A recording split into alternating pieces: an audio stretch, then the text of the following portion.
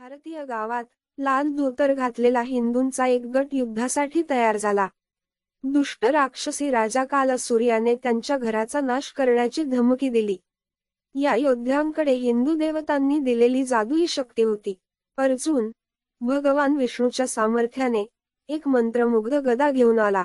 कृष्णाने भगवान कृष्णाच्या बुद्धीने उत्प्रोत दैवी भ्रमांना बोलावले. रामाच्या चपळाईने राघवने आकाशीय बाण सोडले. कालासुरच्या गडद सैन्याने भारतीय गावावर आक्रमण केले, परंतु दैवी रक्षक ठाम राहिले. अर्जुनाने आपल्या गदेने राक्षसांना चिरडले. कृष्णाच्या भ्रमाने शत्रूंना विचलित केले आणि राघवच्या बाणांनी अंधाराला छेद दिला. तिघांनी आपल्या शक्तींना एकत्रित केले.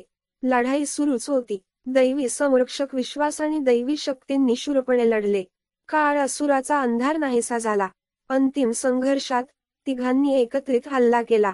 अर्जुनचे सुदर्शन चक्र कृष्णाच्या चकती आणि राघवच्या बाणामध्ये विलीन झाले आणि कालासुरच्या हृदयावर आघात केला. राक्षस राजा उधळला, पराभूत झाला. भारतीय गाव वाचले. गावाने उत्सव साजरा केला आणि योद्धे जागृत राहिले. त्यांच्या पवित्र भूमीचे रक्षण करण्यासाठी सदैव तयार होते.